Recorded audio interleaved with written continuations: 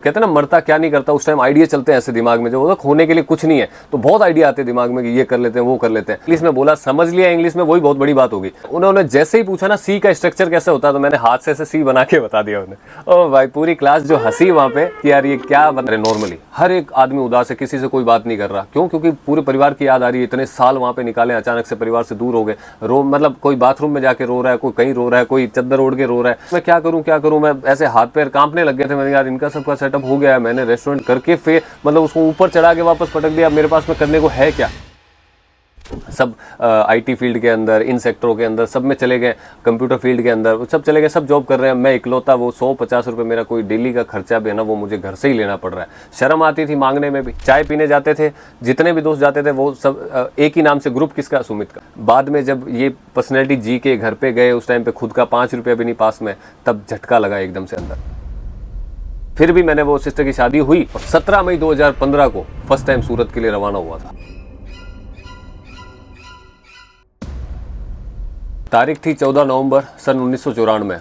बीकानेर शहर जो कि राजस्थान में पड़ता है, वहां पे मेरा जन्म हुआ। और जन्म के ठीक 11 दिन बाद में हुआ मेरा नामकरण, जिसमें पंडित जी ने कुंभ राशि बताई तो मेरा नाम पड़ा सुमित। अब आप सभी को पता होगा कि 90 के दशक में जो भी बच्चे थे उनको एक निकनेम भी मिला करता था। और उस टाइम के फेमस निकनेम जो हुआ करते थे वो थे सोनू, मोनू, चिंटू, मिंटू, बबलू, छोटू, ये सब।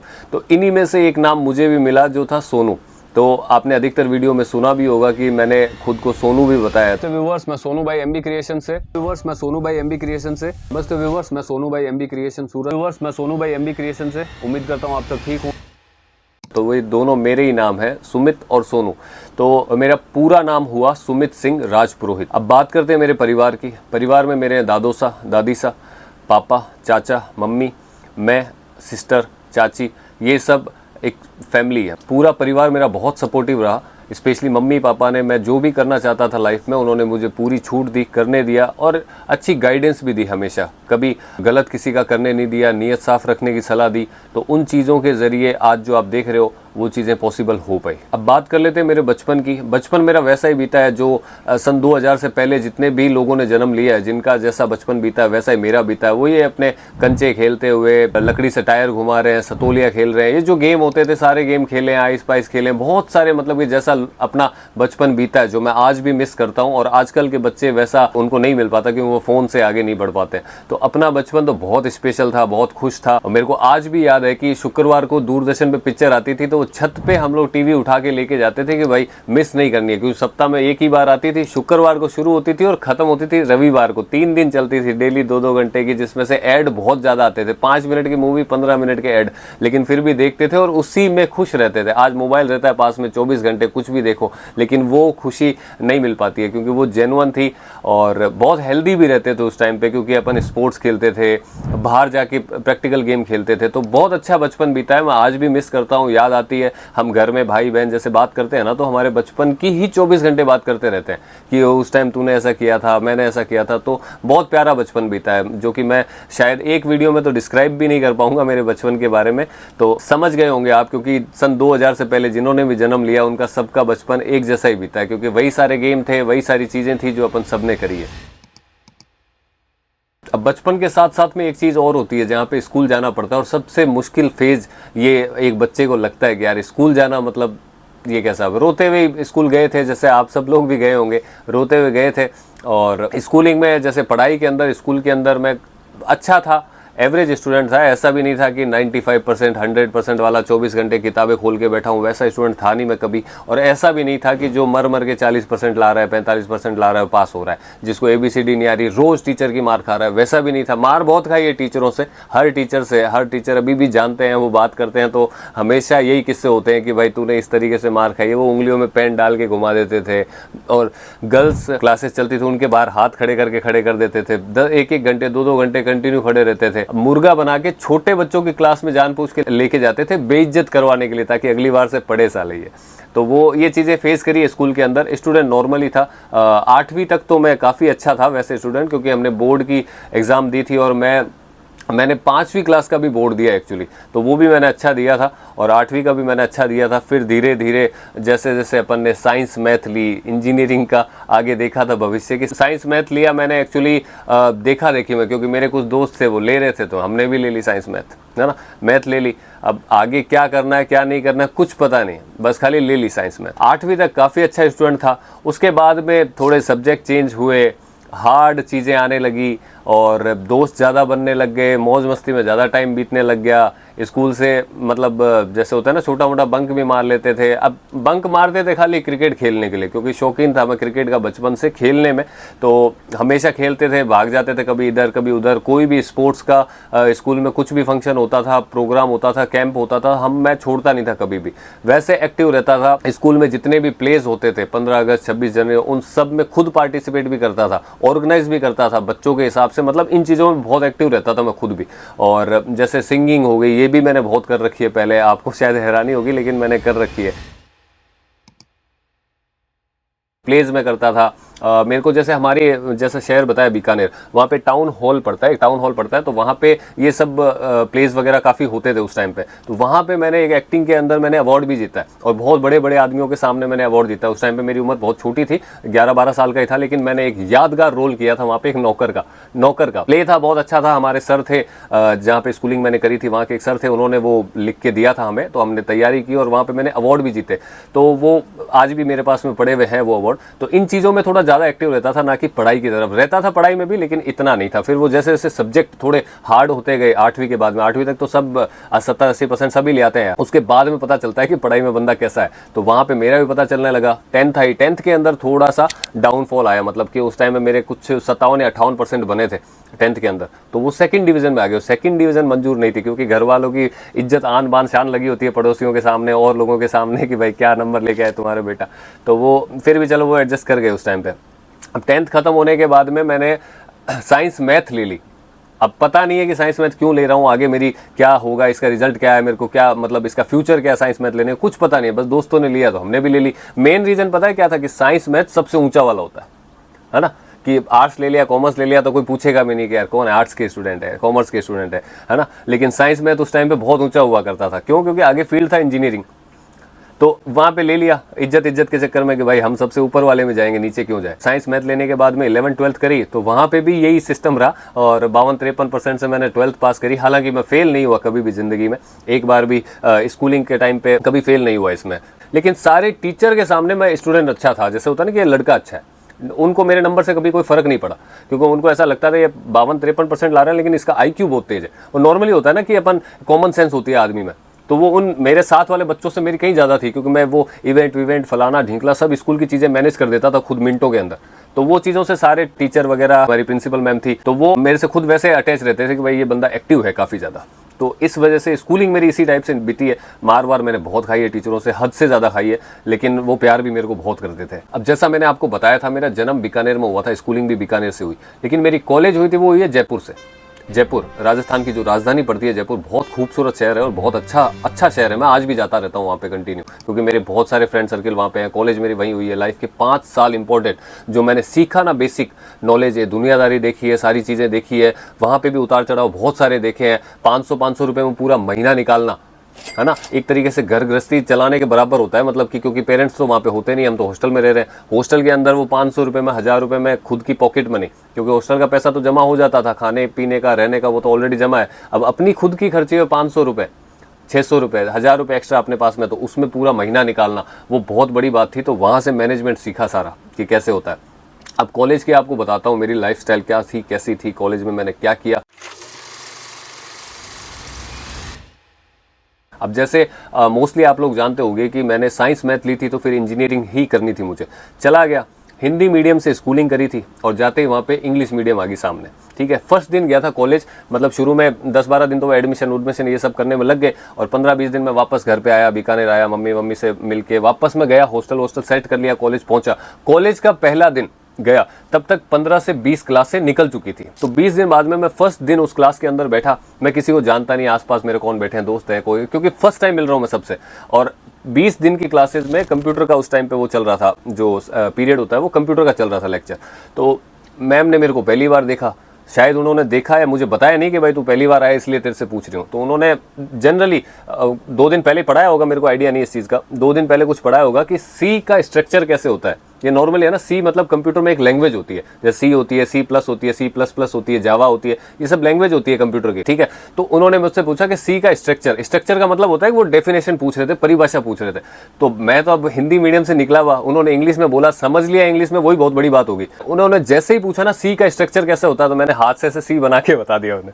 ओ भाई, पूरी क्लास जो हंसी वहां पे कि यार ये क्या बंदा है, मतलब कि सी अब अपने तो यही होगा ना यार, सी का स्ट्रक्चर क्या, सी कैसे, ऐसे ही तो बनाते हैं, तो बना दिया ऐसा सी का स्ट्रक्चर। अब वो मैम भी हंसने लग गए। आज तक है ना वो याद करते हैं कि भाई तेरा पहला सीन कॉलेज के अंदर ये था, तो उससे सी का स्ट्रक्चर पूछा, तूने हाथ से ऐसे बता दिया, और मैं प्राउड फील कर रहा था कि मैंने सही बताया। फिर हमने हॉस्टल लिया। अब हॉस्टल में पीजी में रहते थे हम लोग, वहाँ पे पीजी होता है, पेइंग गेस्ट होते हैं, जैसे अलग अलग नॉर्मली होता है ना, अलग अलग शहरों से सारे लड़के आए थे। मेरे मम्मी पापा भी मेरे को छोड़ने गए थे उस टाइम वहाँ पे, तो कोई राजस्थान के इस हिस्से से था, कोई दूसरे शहर से था, कोई कहीं से था, मैं बीकानेर से था, तो हम लोग वहाँ पे सारे मिले। अभी 8 लोग रहते थे, 4 कमरे थे वहाँ पे हॉस्टल में, ऊपर नीचे अंकल आंटी रहते थे, वही खाना बनाते थे, वही हमें देते थे। महीने का एक फिक्स अमाउंट था 3500 रुपये उस टाइम पे, जो कि उन्होंने लिया था हर महीने का। खाना पीना और रहना उसी में था, बाकी हमारे पर्सनल खर्चा अलग से घर से आता था। तो हम 4 कमरे, 8 लड़के रहते थे, तो 2-2 का डिवाइड कर दिया, भाई तुम 2 यार इसमें रहो, तुम 2। अब वो कॉमन ही था, मतलब 8 के 8 हम लोग दोस्त बन गए। अब पहले दिन जब वहाँ पे आए 8 तो 8 की 8 लड़कों की आंखों में आंसू आ रहे। नॉर्मली हर एक आदमी उदास है, किसी से कोई बात नहीं कर रहा। क्यों? क्योंकि पूरे परिवार की याद आ रही है। इतने साल वहाँ पे निकाले, अचानक से परिवार से दूर हो गए। मतलब कोई बाथरूम में जाके रो रहा है, कोई कहीं रो रहा है, कोई चद्दर ओढ़ के रो रहा है। रोना है तो सब समझ गए, थोड़ी देर में रो रुआ के जैसे कंप्लीट हुआ ना, तो समझ गए कि भाई हमें साथ रहना, तो फिर बात करनी पड़ेगी आपस में। हम छत पे गए, बात करी, वहाँ पे पूछा एक दूसरे से, इंट्रोडक्शन लिया, तो दोस्ती इतनी गहरी हुई हमारी कि आज उन बातों को करीब 13-14 साल हो गए उनको, जब फर्स्ट दिन कॉलेज में गए थे और आज तक लेके 13-14 साल हो गए। एक भी बंदा ऐसा नहीं है जो मेरे टच में नहीं हो, सारे हम बात करते हैं, रेगुलरली मिलते हैं। जयपुर हमारा सेंटर पड़ता है, हम चले जाते हैं कभी मिलने के लिए, कोई भी छुट्टी आती है 3-4 दिन कभी चले जाते हैं वैसे ही मिलने के लिए। तो बहुत अच्छा वो कॉलेज का टाइम बीता था। उस टाइम पे ऐसी ऐसी चीज़ें फेस करी थी, जो मैं कह रहा हूँ ना आपको कि यहाँ सूरत आने के बाद में मेरे को वो सारी चीज़ें काम आई जो मैंने जयपुर में सीखी थी। आप नॉर्मली ऐसे, जैसे मैंने बताया कि पैसे तो इतने होते नहीं थे उस टाइम, क्योंकि घर से जो आते थे वो तो सीधे पीजी में चले जाते थे पेइंग गेस्ट में। अब 500-700 रुपये पास में बचते थे। अब उनसे पूरा महीना निकालना, शुरू में तो हमारे कोई खर्चे नहीं थे, तो वो उनसे हो जाता था मैनेज। अब जैसे जैसे 2 महीने, 3 महीने, 6 महीने निकले, अब 500-700 रुपये में कैसे निकले, क्योंकि बाहर का खाने की भी कई बार आदत पड़ जाती है। बाहर जाते हैं, फिर लोकल सिटी के बारे में थोड़ा जानने लग जाते हैं, तो कोई मूवी लगी है तो वो भी देख के आनी थी, है ना। कई बार मॉल घूमने चले जाते हैं कि भाई बड़ा शहर है जयपुर, तो वो घूमने, तो वो पैसे फिर 500-700 कम पड़ते थे। एक बार के एक किस्सा मेरे को छोटा सा याद है, आप हंसोगे खुद भी, कि जैसे नॉर्मली आपको पता होगा कि एटीएम से 100 रुपये से कम का नोट तो निकलता नहीं। तो मेरे अकाउंट में उस टाइम पड़े थे 60 रुपये, 60-62 रुपये जैसा कुछ, और मेरे दोस्त के अकाउंट में थे 50-55 रुपये जैसे। अब हम दोनों में मिला के मतलब कि 115-117 रुपये हो रहे हैं। ना वो एटीएम से निकाल पा रहा है 100 रुपये, ना मैं निकाल पा रहा हूँ, क्योंकि 100 का नोट तो है ही नहीं हमारे अकाउंट में। फिर बैठे बैठे सोचे कि भाई अब पैसा पास में एक ही नहीं है, कहते ना मरता क्या नहीं करता। उस टाइम आइडिया चलते हैं ऐसे दिमाग में, जो होता खोने के लिए कुछ नहीं है, तो बहुत आइडिया आते हैं दिमाग में कि ये कर लेते हैं, वो कर लेते हैं। तो भाई दोनों ने मिलकर एक आइडिया निकाला कि चल एटीएम चल। मैंने बोला कि चल एटीएम चल। एटीएम गए, एटीएम से एटीएम में ट्रांसफर होता था उस टाइम, आज भी होता है। उस टाइम जब मैंने वहां से उसके अकाउंट से मेरे अकाउंट में वो 55 रुपये ट्रांसफर करें, अब ये सुनो खाली, ठीक है, 55 रुपये ट्रांसफर करें, तो मेरे अकाउंट में बैलेंस हो गया 115-17 रुपये समथिंग। तो मेरे एटीएम से फिर 100 रुपये निकाल के दोनों ने जाके कचौली वचौली खा के मतलब ऐश करी उस दिन। तो जयपुर के तो बहुत किस्से हैं, और बहुत सारे मेरे दोस्त हैं वहाँ पे, और सारे लोग आज भी टच में हैं। ऐसा नहीं है कि कोई भी टच में नहीं है। जो हमारा ग्रुप था वो सारे लोग आज भी टच में हैं। बढ़िया सबकी लाइफ चल रही है। कोई इंजीनियरिंग फील्ड में, जैसे इंजीनियरिंग करके मेरी स्टोरी थोड़ी सी अलग है। उन सबको लगता था जैसे जैसे इंजीनियरिंग पास होती गई ना, साल निकला, 1.5 साल निकला, 2 साल निकला, सबको ऐसा, क्यों सब पढ़ाई में ठीक थे, वो इंग्लिश में कन्वर्ट भी हो गए, क्योंकि पहले से इंग्लिश मीडियम से आए थे। मैं इंग्लिश मीडियम से गया नहीं था, मैं हिंदी मीडियम से था। अब मेरे को इतनी मोटी मोटी किताबें तुमने पकड़ा दी इंग्लिश मीडियम की, कहाँ से समझ में आएगी मेरे को। मैं वो इंसान हूँ जो सी का स्ट्रक्चर ऐसे बता रहा है, तो वो इतनी सारी किताबें कैसे पढ़ के पास हो जाएगा भाई। तो वहाँ पे थोड़ा पढ़ाई में थोड़ी सी दिक्कत होने ही लगी थी, लेकिन ठीक है, दूसरों के सारे से दोस्तों ने हेल्प करी, तो वो निकाल लिया वो फेज भी। अब मेरे साथ में जो दोस्त थे ना, जो मतलब एकदम क्लोज, मतलब फैमिली जैसे हैं, वो आज भी हैं। वो उस टाइम पे मतलब कि हम 24 घंटे उठ रहे हैं तो साथ में रह रहे हैं यार, एक कमरे में रह रहे हैं, तो सीधी बात है कि वही परिवार हो गए। अगर वहां पे हमें कुछ भी, कोई चोट लग गई, कोई गिर गए, कोई एक्सीडेंट हो गया छोटा मोटा, तो सबसे पहले परिवार तो बहुत दूर बैठा है ना, मम्मी पापा तो बहुत दूर बैठे हैं, सबसे पहले वही काम आते थे। जो पास में दोस्त है, तो उनसे रिश्ता एकदम वैसा हो गया था कि घर का, जैसे एक ही घर में जन्म लिया हो हमने सबने, हम 7-8 लोगों ने। तो भाई उन सबको एक टाइम पे ऐसा लगता था कि यार हम तो कभी कहीं ना कहीं कोई आईटी कंपनी में, थर्ड ईयर आने तक कि कोई आईटी कंपनी में, कोई किसी में, हम तो कहीं ना कहीं सेट हो जाएंगे। लेकिन यार इस सुमित का सेटलमेंट नहीं लग रहा है, क्योंकि ये पढ़ाई में भी इतना इंटरेस्ट ले नहीं रहा है, इंजीनियरिंग में कर रहा है, अच्छा स्टूडेंट है, लेकिन इसका वो नहीं चल रहा है कि यार मेरे को क्या फ्यूचर बनाऊं, इसमें समझ नहीं आ रहा है। क्योंकि मेरे को नहीं समझ आते थे ये टेक्निकल फैक्निकल, ये क्या, इतना ज़्यादा कुछ था नहीं। तो मुझसे पूछते तू क्या करेगा, तू क्या करेगा, तो मेरे को भी टेंशन होने लगी कि यार मैं क्या करूंगा, मैं भी कुछ तो करना पड़ेगा। जब तक तो मैंने कुछ सोचा ही नहीं था कि मुझे भी कुछ करना पड़ेगा लाइफ में, क्या करेंगे आगे सोचेंगे यार। लेकिन उस टाइम फिर मेरे को ऐसा लगा कि यार कुछ करते हैं। फिर मैंने कहा चलो यार दिखाने के लिए कुछ तो करते हैं कि अपन कर सकते हैं।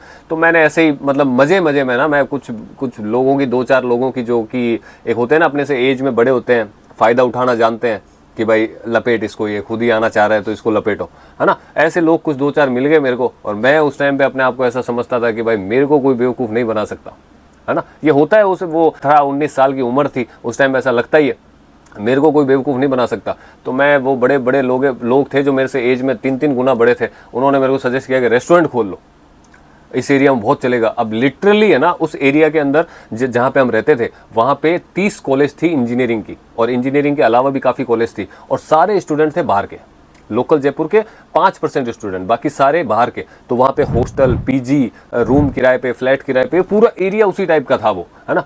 स्टडी का ही था कि बाहर से लोग आके, लड़के आके, स्टूडेंट आके रहते हैं, वो यहीं रहते हैं, तो उनका पीजी, तो वहाँ पे होटल ये सब बहुत चलते थे। तो हम लोग भी जाके खाते थे, स्टूडेंट ही थे, तो वहाँ बहुत सारे रेस्टोरेंट थे। अब मेरे क्या है, थोड़ा सा दिखावे के चक्कर में मैंने थोड़ा रेस्टोरेंट कर दिया हाई फाई उस टाइम पे।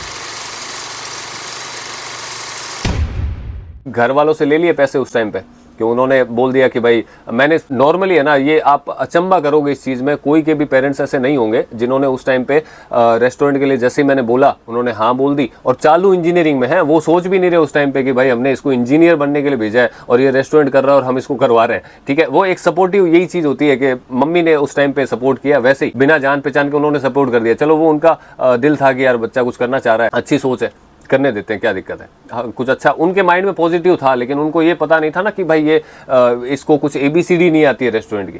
ये कर तो लेगा जैसे तैसे, कुछ भी पैसों से तो सब काम हो ही जाते हैं। तो पैसे तो मम्मी पापा ने दे दिए उस टाइम पे, अब दे दिए, और आप विश्वास नहीं करोगे कि रेस्टोरेंट की ओपनिंग हो गई, 10-15 दिन बाद में मम्मी पापा आए बीकानेर से वो रेस्टोरेंट देखने। उन्होंने सिर्फ भरोसे पे पैसे डाल दिए, यहाँ तू कर रहा है तो कर ले।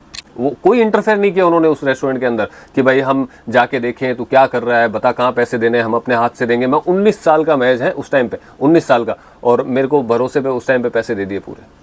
तो ये बात ने है ना मेरे को, जो आज इस स्थिति में ला के मेरे को खड़ा किया है ना, कि मैं खुद के दम पे ये काम करता हूँ अकेला, और मैं ये चीज़ भूलता नहीं हूँ कि उन्होंने मेरे को बिना सोचे निकाल के पैसे दे दिए थे अपने पास से। हालांकि वो मेरे से बिगड़ गए वो पैसे, क्योंकि मेरे ना तो इतनी एज थी मेरे पास में, है ना, इतनी उम्र थी नहीं, और इतना तजुर्बा नहीं था, काम कैसे होता है कैसे नहीं होता है पता ही नहीं था, बस कर लिया लोगों को दिखाने के चक्कर में।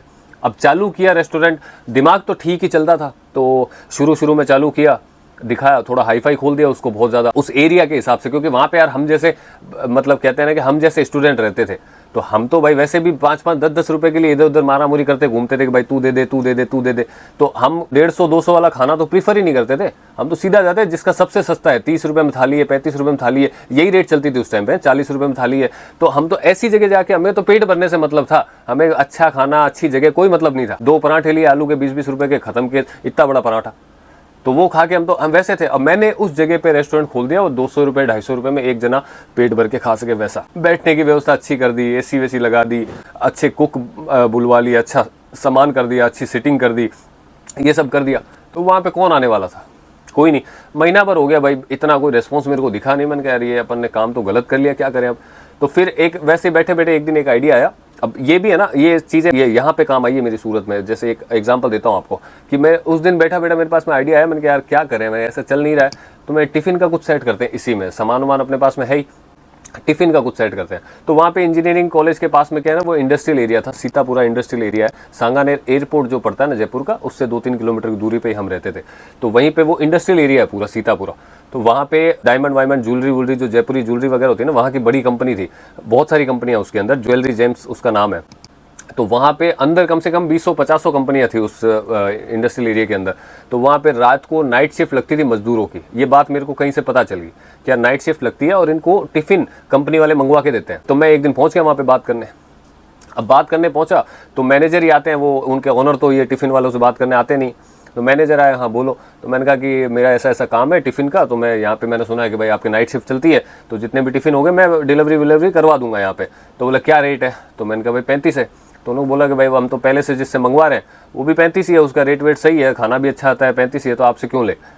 तो मैंने कहा यार अब तो कन्विंस तो कैसे करें। फिर माइंड में आया मेरे हाथों हाथ तुरंत 1 सेकंड में कि भाई मैं आपको बिल 35 का ही दूंगा, रेट 33 रुपये लगाऊंगा, यानी हर टिफिन के पीछे 2 रुपये आपकी जेब। मतलब मैंने उनको रिश्वत दे दी हाथों हाथ वहीं पे बैठे बैठे उस टाइम पे 2 रुपये की, 2 रुपये पर टिफिन, यानी पर डे के ना 300 400 500 टिफिन जाते थे, तो 500 टिफिन मतलब 2 रुपये मतलब 1000 रुपये उनकी जेब में पर डे जाने लगे। तो वो आइडिया उस बंदे को, मैनेजर को इतना शानदार लगा, उसने कहा कि भाई तू कल से चालू कर। अब मेरे पास में टाइम नहीं, वहाँ 1 महीने कंटिन्यू मैंने 400 टिफिन डेली, 500 टिफिन, रेस्टोरेंट बंद, अंदर 4 बजे के बाद में किसी की एंट्री नहीं, 4 बजे के बाद में शाम को सिर्फ टिफिन ही पैक होते थे। हम लड़के लड़के जाते थे, हम दोस्त थे, जो स्टाफ था मेरा रखा हुआ वो तो करता ही था, बाकी हम 8-10 जने जो लड़के थे इतने टिफिन पैक करवाने, रात को 10 बजे तक लगे रहते, 10 बजे पैक करवा के डिलीवरी करवा के फिर रूम पे आके सोते थे। अब वो किसी ने सोचा भी नहीं था कि रेस्टोरेंट मतलब इतना अच्छा चलने लगेगा क्या। अब उसको चला दिया, क्योंकि डेली के 500 टिफिन 700 टिफिन, उससे जाके बात करके आया कि भाई तू तेरे जैसी 1-2 कंपनियां और सेट करवा दे, उसमें भी तेरा 2 रुपये रख दूंगा ताकि तेरी डेली कमाई ज्यादा हो। तो वो बंदा भी लालच के अंदर मेरी और वहां पे सेट करवाने लग गया। तो मैं अच्छी खासी क्वांटिटी में डेली टिफिन निकालने लग गया था वहां पे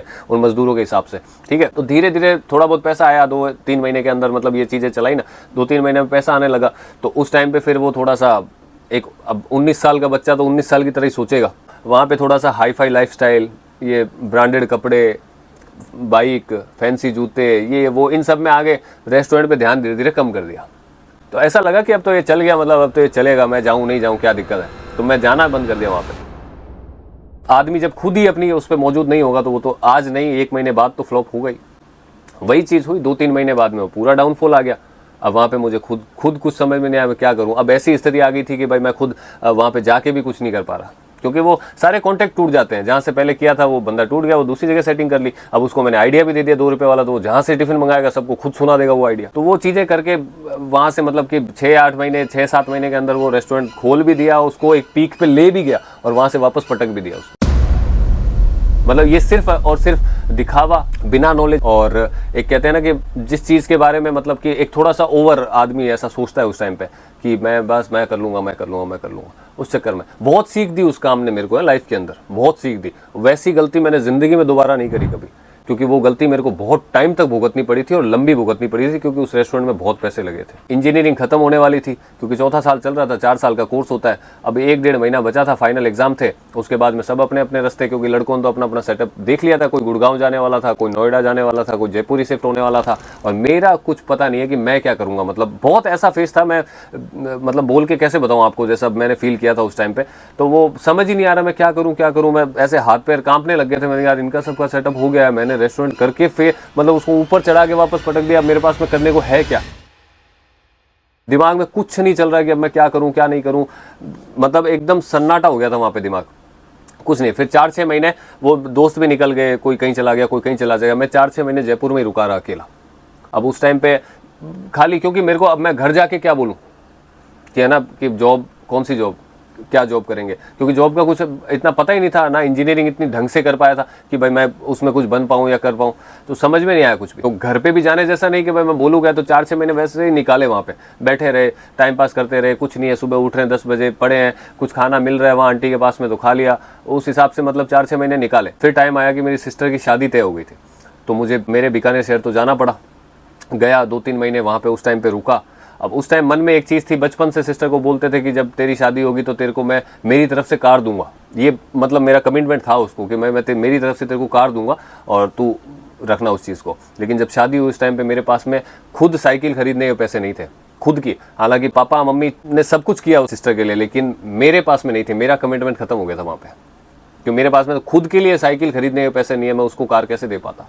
तो ये बात बहुत गहरी लगी थी उस टाइम पे मन में, कि कुछ भी नहीं था यार पास में। उस टाइम पे इंजीनियरिंग कंप्लीट करके घर पे पहुंच के मैं खुद के खर्चे के लिए 100 रुपये, 200 रुपये, 500 रुपये भी घर से ले रहा हूँ। तो मतलब सोच लोगे, बाकी दोस्त हैं वो जॉब पे चले गए हैं, सब आईटी फील्ड के अंदर, इन सेक्टरों के अंदर सब में चले गए, कंप्यूटर फील्ड के अंदर सब चले गए, सब जॉब कर रहे हैं। मैं इकलौता, वो 150 रुपये मेरा कोई डेली का खर्चा भी है ना, वो मुझे घर से ही लेना पड़ रहा है। शर्म आती थी मांगने में भी, लेकिन क्या कर सकते हैं, बिना मांगे दे देते थे मम्मी तो खैर, लेकिन फिर भी वो लगता तो था ही दिल पे कि यार अपन ने, इन्होंने इतनी उम्मीद के साथ भेजा तो भेजा, इंजीनियरिंग का पैसा लगा, वो एक अलग चीज़ थी, ठीक है, मैं जॉब नहीं कर पाया, वो एक अलग चीज़ थी। दूसरा है कि मैंने रेस्टोरेंट किया, उसमें भी उनके पैसे लगाए और वो भी मैं नहीं चला पाया वहाँ पे। अब बुद्धि नहीं थी, खाली उस टाइम बुद्धि नहीं थी, नीयत साफ ही थी, जैसी नीयत आज है ना वैसी नीयत पहले थी। हमेशा से एक वो चीज़ होती है ना कि वो 8 लड़के जब हम फ्लैट में रहते थे ना, तो उसमें भी बाहर से कोई आता था ना तो क्या बोला जाता था पता है, कि सुमित का फ्लैट, ये चीज़ उस टाइम बोली जाती थी। और मैं ये हमेशा रहता था, ये कहते हैं ना कि ये ग्रुप में से सबसे मेन कौन, वो बंदा मैं था। कहीं पे भी जाओ, अगर किसी रेस्टोरेंट पे से उधार खाना आता था ना हम लोगों का, वहाँ पे मेरा नाम चलता था। चाय पीने जाते थे, जितने भी दोस्त जाते थे वो सब एक ही नाम से, ग्रुप किसका, सुमित का। मतलब ये पर्सनैलिटी वाला बंदा था मैं उस टाइम पे, आज भी है वैसे ही है, जानते हैं लोग, इसी तरीके से जानते हैं। लेकिन बाद में जब ये पर्सनैलिटी जी के घर पे गए, उस टाइम पे खुद का 5 रुपया भी नहीं पास में, तब झटका लगा एकदम से अंदर। फिर भी मैंने, वो सिस्टर की शादी हुई और 17 मई 2015 को फर्स्ट टाइम सूरत के लिए रवाना हुआ था।